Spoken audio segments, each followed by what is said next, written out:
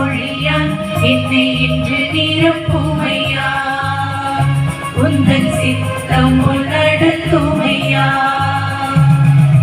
அருங்கொடை நாயகரே என்னை ஆட்கொள்ளும் ஆவியாரே தெய்வீக மொழியால் தெவிட்டாத மொழியால் என்னை இன்று நிரப்புமையா உந்தன் சித்தம் போல் நடத்துமையா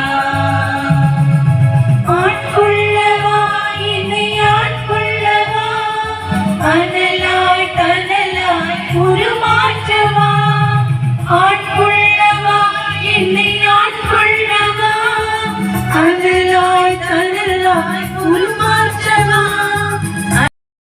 இரண்டாம் வாசகம்.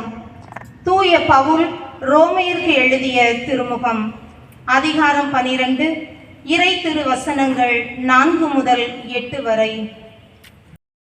ஈரமில்லாததால் கருகி போயின. மற்றும் சில விதைகள் முட்செடிகளின் நடுவே விழுந்தன. கூடவே வளர்ந்த முட்செடிகள் அவற்றை நெருக்கிவிட்டன. இன்னும் சில விதைகளோ நல்ல நிலத்தில் விழுந்தன. அவை வளர்ந்து 100 மடங்கு விளைச்சலை கொடுத்தன. இவ்வாறு சொன்னபின் கேட்க செவியுள்ளோர் கேட்கட்டும் என்று உரக்க கூறினார். ஒன்று கூடியுள்ள நாம் அவரை மன்றாடுவோம். அவரது திருவுளத்திற்கு ஏற்றபடி நம் மன்றாட்டுகள் அமைய வேண்டுவோமாக.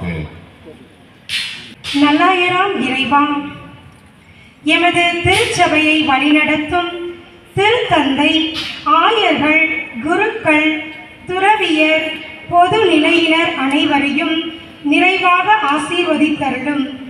இன்று எம் மத்தியில் திருப்பலி நிறைவேற்றிய ஆயர் ஜூட் பால்ராஜ் அவர்களையும் அவரோடு இணைந்து இன்று திருப்பலி நிகழ்த்திய அருட்தந்தையர்களையும் ஆசீர்வதித்தருளும்.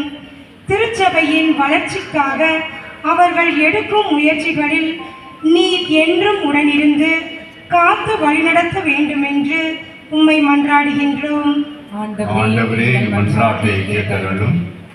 மக்களின் நலன் நாடும் இறைவா, எமது பாரத நாட்டை வழிநடத்தி வரும் தலைவர்கள் மக்களின் நலன் ஒன்றையே மனதில் கொண்டு மக்கள் மகிழ்வோடும் வளமோடும் வாழ வழிவகுக்கும் திட்டங்களை வரையறுத்து செயல்படுத்த தூய ஆவியின் அருள் அவர்கள் ஒவ்வொருவர் உள்ளத்திலும் செயல்படவும், நாட்டில் தீவிரவாதம் வன்முறை ஒழிந்து மக்கள் பயமின்றி அமைதியாக வாழ வரம் தர வேண்டுமென்று உம்மை மன்றாடுகின்றோம். ஆண்டவரே, எங்கள் மன்றாட்டை கேட்டருளும். அனைத்தையுமே உனதாய் மாற்றிடுவார்.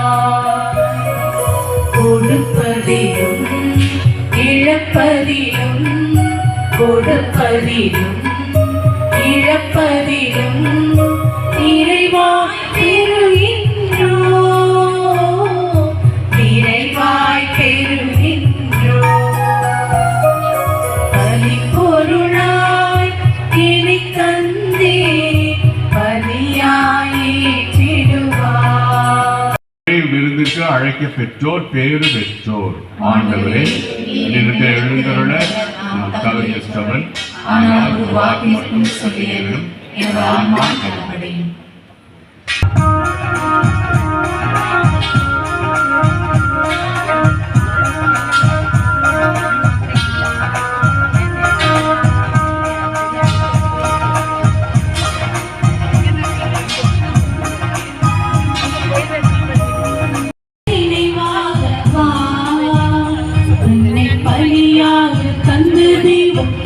வாழ்விலே உறவா